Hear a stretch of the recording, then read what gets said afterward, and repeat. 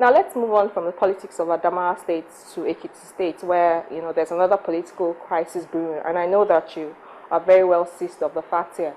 The state police has shut down the state high courts and grounded the activities of the judiciary, and despite a directive from the NJC that the courts should be reopened, the courts are still under lock and key. What is the latest development from Ekiti State? What can you tell us, and what do you make of this whole scenario that's playing out in the state? Firstly, let me say straight away that I am an interested party in the Ekiti situation by virtue of my role as counsel to one of the parties.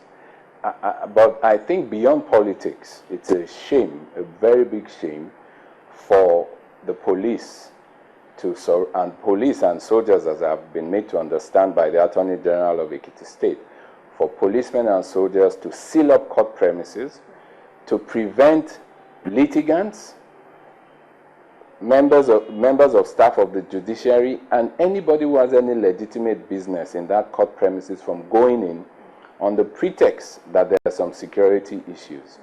It has never been done. We have never had it so bad. Under the military regimes, under military regimes that were so draconian, they never surrounded any court and sealed it up. Now in Ekiti, simply in order to foist a fait accompli on the courts to prevent the courts from inquiring into the eligibility of Ayodele Fayose to run for the office of governor, which he won, the courts have been sealed up.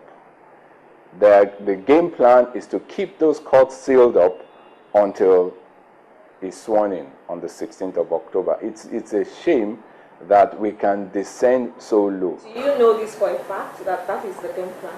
It's obvious because, I mean, which other state, even in Boko Haram territory, they have not surrounded courts. In the northeastern part of Nigeria, courts have not been surrounded. Courts still sit, lawyers still do their work.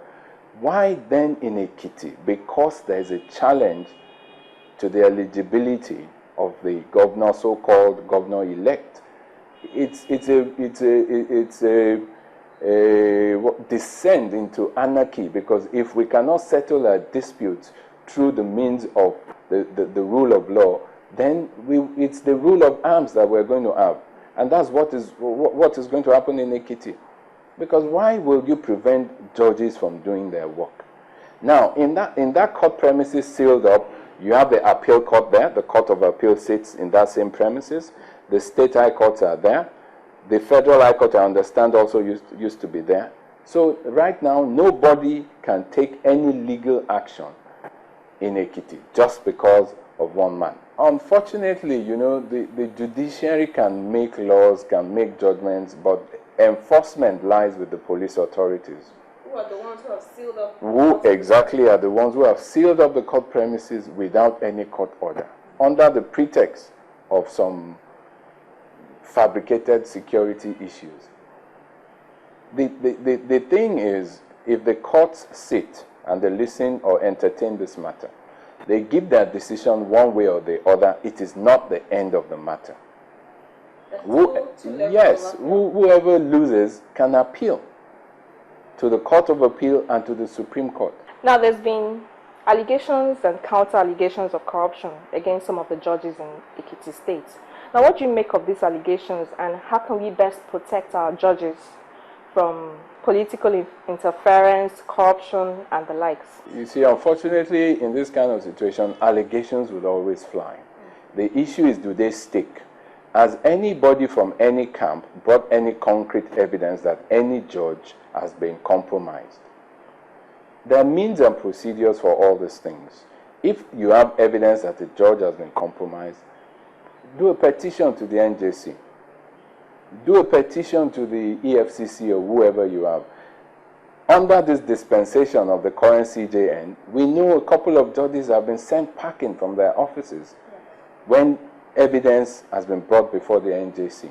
The NJC does not shy of dealing with such judges. But it's like giving a dog a bad name in order to hang it. So if we now say that is the antidote of dealing with corrupt judges to invade the courts with thugs, to beat up judges? Is that the way out of the situation? Will that cure the corruption by beating them up in their courts, by desecrating the courtrooms? If we go down that way, then I can see Sudan, I can see Libya not very far from us. So we hope it won't get to that.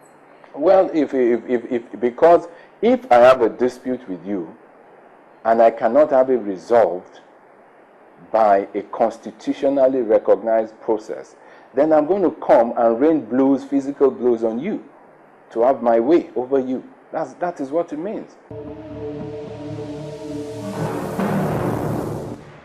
This is where we end today's episode of the program. If you missed any part of it, you can catch these and past episodes on our YouTube channel. And you can interact with me via Facebook, email, or Twitter. I'm Shola Shieli. Thank you for watching.